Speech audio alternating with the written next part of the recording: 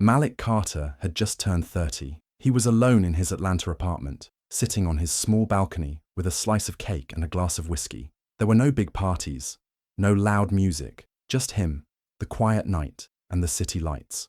It had become a tradition to spend his birthday alone, ever since his grandfather passed away 10 years ago. That loss had changed everything for him. Jeremiah Carter wasn't just a grandfather. He was Malik's best friend, the man who raised him when his father was too busy chasing wealth and power. Malik scrolled through his phone, reading a few birthday texts from co-workers and distant friends. Then, just as he was about to put it down, a voice message from an unknown number popped up. Confused but curious, he tapped it. What he heard made his blood run cold. "Malik, happy birthday, I'm alive. They lied. Don't trust your father. Come to Pine Hill, Alabama." He froze. The voice was familiar, too familiar. It was deep, calm, and filled with something heavy. It sounded exactly like his grandfather, but that couldn't be. Jeremiah Carter had died. Malik remembered the closed casket funeral, the folded flag, and the way his father, Leon, gave a long speech about legacy and family. He had cried for days. He had gone to the grave every year. So how could this be real? He played the message again and again. Each time, his chest tightened. That voice, it had to be him. Malik stood up, pacing the floor. His mind spun with questions. Was someone playing a cruel joke? Was it a voice clone? But deep down, in a place he couldn't explain, he felt it. It was real. His grandfather was alive. He opened his laptop and searched Pine Hill, Alabama. It was a small, quiet town, a place his grandfather once told him was full of secrets. That's where the old family land was. That's where Jeremiah used to say, "One day, this will all be yours." Now, 10 years after his supposed death, Malik had received a warning. Don't trust your father. Those 4 words hit him hard. Leon Carter was successful, charming, but cold, secretive, and controlling. Malik had always felt like something wasn't right. Now, everything was starting to make sense. And just like that, his birthday turned into the beginning of a mystery, one he couldn't ignore. The next morning, Malik couldn't focus. He didn't go into work. His mind was still replaying the voice note over and over again. His grandfather's voice, the message, the warning, "Don't trust your father." The words hit deeper than he wanted to admit. He sat in his living room, staring at the wall for almost an hour before finally deciding what to do. He got dressed, grabbed his keys, and drove across the city to Buckhead, where his father, Leon Carter, lived in a glass mansion overlooking the skyline. Leon was a man everyone in Atlanta respected, a powerful real estate mogul with connections in every corner of the city. Malik had grown up watching his father build his empire brick by brick, but he had also grown up feeling like a shadow in that empire, tolerated, not loved. When Leon opened the door, he looked surprised to see Malik. "You didn't call," he said, stepping aside to let him in. "Everything okay?" "I got a message last night," Malik said without wasting time. "From Grandpa." Leon laughed, a slow, practiced chuckle. "Malik, come on. Your grandfather died 10 years ago. We buried him together." Malik's face was serious. It was a voice message, his voice. He said he's alive. He said not to trust you. Leon's expression shifted. Not fear, not shock, just something unreadable. He took a deep breath and sat down. "Son, you're being scammed. It happens all the time. Someone's using AI or voice cloning or whatever. Your grandfather had a stroke. I was there in the hospital. I handled the burial. You saw the funeral. It was a closed casket," Malik pointed out. "I never saw his body."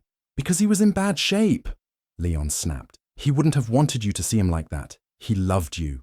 Malik stared at his father. "You sure about that? Or did you just tell me what I needed to hear?" Leon stood. "I know you miss him. I do too. But this is cruel. You're being manipulated. Don't fall for it." Malik left shortly after. He didn't argue. He didn't explain anything else. But something in his gut didn't sit right. His father had answers, maybe too many, and his reaction hadn't been the shock of a man hearing something unbelievable. It was the calm of a man who had rehearsed his version of the truth too many times. That night, just after midnight, Malik's phone buzzed again. Another message. This time, it was a video. His hands trembled as he clicked play. The image was grainy, but clear enough.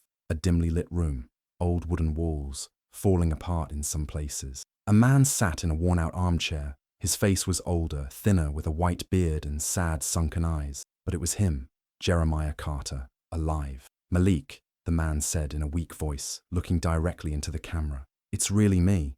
I don't know how much time I have. They've kept me here for years, drugged me, moved me, hidden me. Your father, he knows. He did this. Malik's eyes widened. His chest tightened. I tried to get out. I tried to send messages, but they always found out. This might be my last chance. They're going to kill me for real this time if you don't come. Pine Hill, Alabama, the old farmhouse, the one your great-grandfather built. That's where I am. Then the camera shook, as if someone off-screen was yelling or moving suddenly. The video ended. Malik sat frozen for several minutes, staring at his phone. This was no scam, no fake, no deep fake trick. He knew his grandfather, the way he blinked when he was nervous, the way he said Malik's name with that little pause, the scar on his left hand. All of it was real, and that meant the impossible was true. His grandfather had been alive all these years, alive and imprisoned, and his own father had something to do with it. He couldn't breathe. Everything he had believed for 10 years, the grief, the pain, the guilt, was based on a lie. And now his grandfather was begging him for help, from a hidden place that felt 1,000,000 miles away. Malik didn't sleep that night. He packed a small bag, looked up Pine Hill again, and stared at the map. A 5-hour drive, rural, not many neighbors, a place where you could keep someone hidden for years, and no one would notice. His mind swirled with memories. Jeremiah teaching him how to draw blueprints by hand, how to look a man in the eye, how to be honest even when it hurt. That man didn't deserve to die forgotten. He didn't deserve to rot away in a broken house in the middle of nowhere. Malik knew what he had to do. He couldn't go to the police. Not yet. His father's reach was too wide, his money too deep. If Jeremiah was still alive, then time was running out. He had to move quickly, quietly, and alone. At sunrise, Malik got in his car, heart pounding, and drove south toward a truth he wasn't sure he was ready for, but a truth he could no longer ignore. Malik drives down to rural Pine Hill, Alabama. There, in a hidden cabin behind an abandoned church, he finds Jeremiah alive. The drive had been long and quiet. As Malik entered Pine Hill, the paved roads turned to dirt and the streetlights disappeared. His GPS lost signal 20 minutes ago, so he relied on the hand-drawn directions he got from the video's background, landmarks his grandfather used to talk about when he was a boy. The abandoned church was still there, its wooden sign barely hanging, the steeple leaning. Malik parked behind the overgrown brush and walked around quietly, heart racing. The cabin was hidden behind tall trees and thick vines. It looked like no one had lived there in years, but when he knocked gently, the door creaked open slowly. A familiar voice spoke, hoarse and cautious. Malik? It was him. Malik stepped inside, and for a moment, neither said a word. Jeremiah Carter stood just a few feet away, thinner than Malik remembered, his back slightly bent, but his eyes, those sharp eyes, were still full of fight. They stared at each other, emotion crashing over them like a wave. Malik rushed forward and embraced him, feeling the frailness of the man who had once carried him on his shoulders. I thought you were dead, Malik whispered. I know, Jeremiah replied. That's what they wanted. They sat down at a small wooden table. The cabin smelled like old books and dust, but it felt like the safest place Malik had ever been. He wanted answers, needed them, and Jeremiah was ready to give them. 10 years ago, Jeremiah explained, he discovered that his own children, Leon and his siblings, had been stealing from the family trust. They forged documents, created fake vendors, and quietly drained money over time. When he confronted them, they lied, denied everything. But Jeremiah wasn't a fool. He hired private investigators, gathered proof, and made changes to his will. He removed his children from his estate entirely and named Malik, the only one he trusted, as the new heir. That's when everything changed, Jeremiah said, voice trembling. Leon came to visit me alone one night. He brought me tea. I thought it was just a talk, but they drugged me. I woke up in a different place. Couldn't move, couldn't speak. They had already announced I was dead.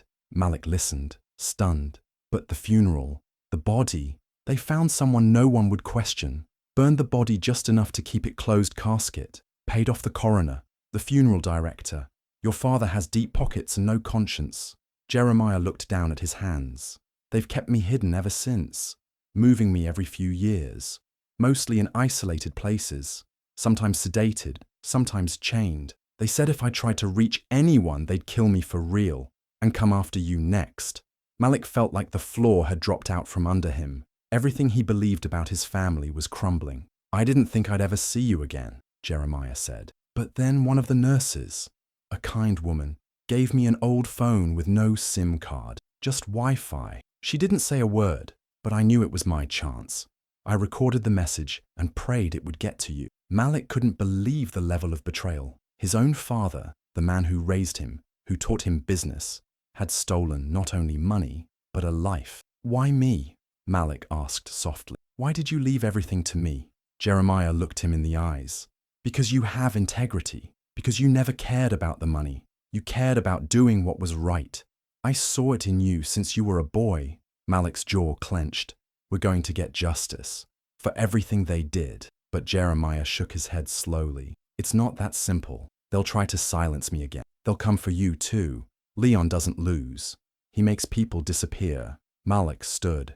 Not this time. You're not alone anymore. The air in the cabin grew heavier as the sun began to set. Malik knew going back to Atlanta meant walking into a storm, into a battle with a man who had covered up a fake death, stolen millions, and built an empire on lies.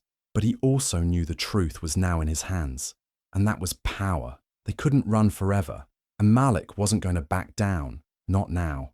Malik secretly records Jeremiah's testimony. He sets his phone on the dusty table, taps record, and lets his grandfather speak freely. Everything about the embezzlement, the forged will, the fake death, the years in hiding. Jeremiah's voice is shaky but clear, every word filled with truth and pain. Malik knows this recording might be the only thing that can crack the facade his father built.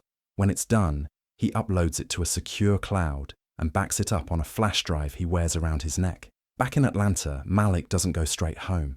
He drives to the edge of the city to meet Naomi Green, a journalist he's known since college. She's sharp, relentless, and fearless, the kind of person who doesn't blink at danger if the truth is at stake. They meet at an old diner late at night. Malik slides the flash drive across the table. You need to hear this, he says. Naomi listens with wide eyes and clenched fists. This is huge, she says. If this is real, this isn't just a family scandal. This is fraud, conspiracy, kidnapping, maybe even murder. Malik nods. It's real. I've seen him. He's alive. They agree to move quietly. Naomi will start digging from her side, and Malik will begin with official record. He visits the hospital that signed Jeremiah's death certificate. The nurse who handled the case no longer works there. The doctor listed can't be found. The certificate itself has a signature that doesn't match any real physician in Georgia. Malik takes photos of everything. A few days later, an envelope slides under his apartment door. No return address. Inside is a check for $500,000 and a typed note. Walk away. Family comes first. Don't be foolish. Malik rips it in half. Then the calls start. Blocked numbers. Breathing on the other end. Once, a deep voice says, "You're digging your own grave, boy." Malik saves every message. One night, his cousin Deshawn shows up at his door, nervous, looking over his shoulder. "Man, you need to stop this. Uncle Leon doesn't play. They'll bury you like they buried him. This isn't a movie. It's real life." Malik stares at him. "Exactly. It's real, and I'm not letting them win." Deshawn shakes his head.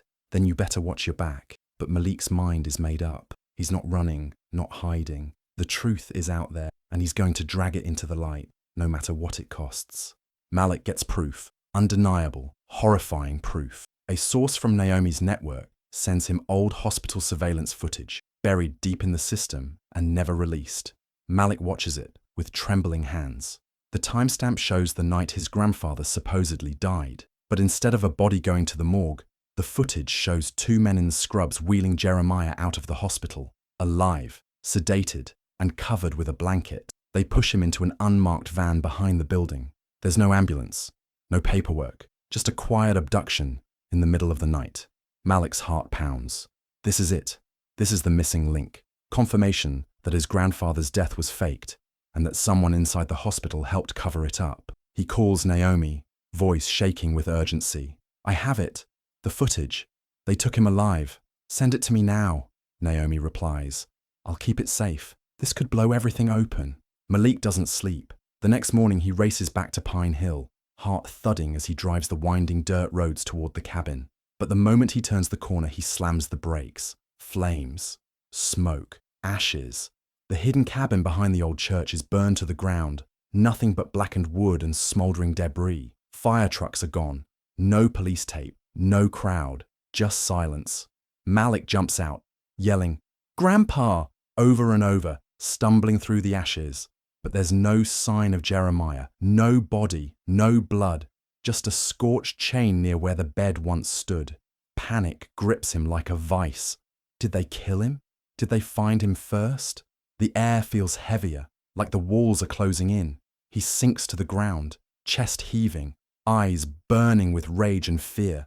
Then, days later, Naomi calls him. Her voice is low, but urgent. "I found him." Malik freezes. "What? Where?" "He's alive. He escaped the fire. He's been hiding in a women's shelter in Montgomery. Went there under a fake name. A nurse recognized him from an old missing persons report and tipped me off." Tears threaten Malik's eyes.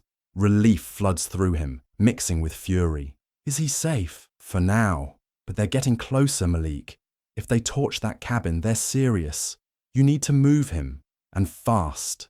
Malik doesn't waste time. He drives through the night to Montgomery. At the shelter, he finds Jeremiah in a dim hallway, thinner, frailer, but still alive. When their eyes meet, both men break. Malik kneels and hugs him tightly. "I thought I lost you again," Malik whispers. Jeremiah places a trembling hand on his grandson's head. "You didn't.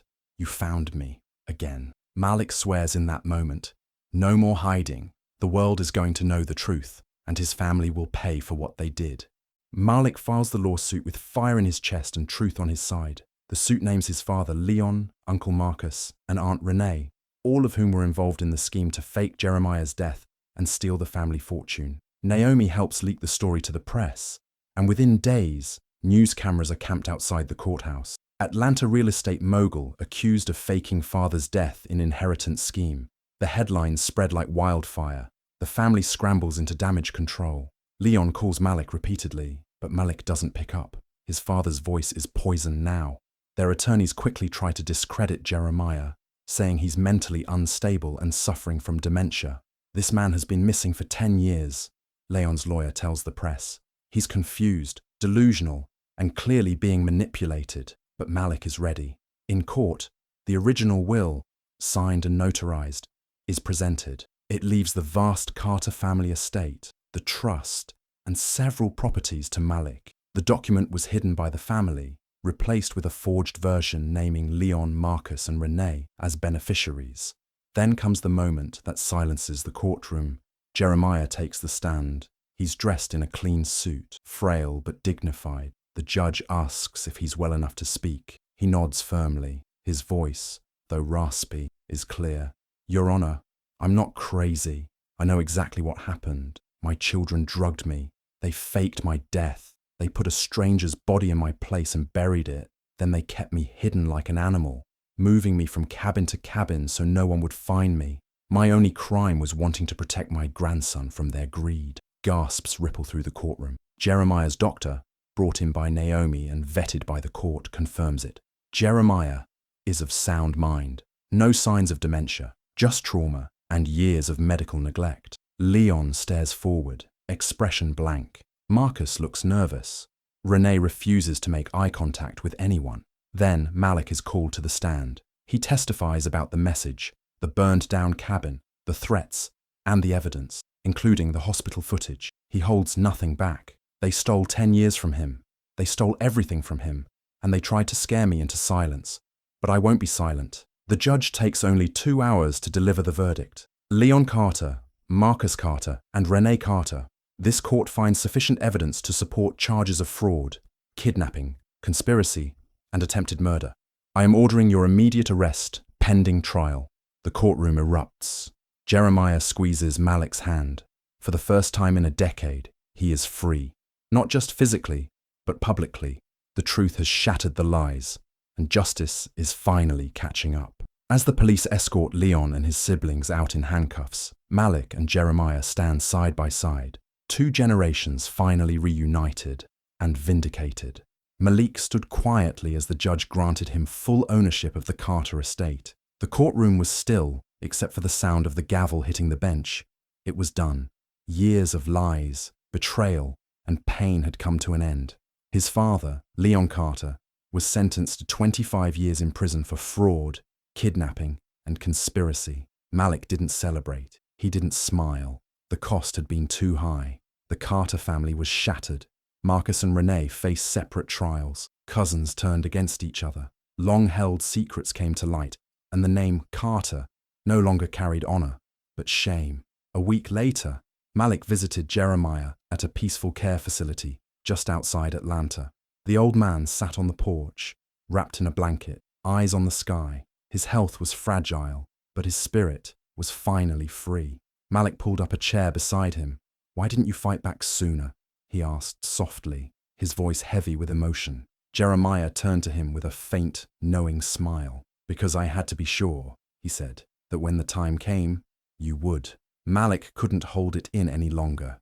Tears streamed down his face, not from sorrow this time, but release. Everything he'd been carrying, the anger, the confusion, the loneliness, poured out. Jeremiah reached over and held his hand, a gesture of quiet strength. In that moment, Malik felt something he hadn't felt in years. Peace. Not because the past was erased, but because the truth had survived it. The empire built on lies was gone, but something new was beginning, something honest. Malik looked out at the trees swaying in the breeze, and finally, he exhaled. "Hey besties, thanks a ton for sticking with the story till the very end. If you felt all the emotions like we did, don't forget to like, drop your thoughts in the comments, and hit that subscribe button for more juicy drama. Love you all. See you in the next one. Bye."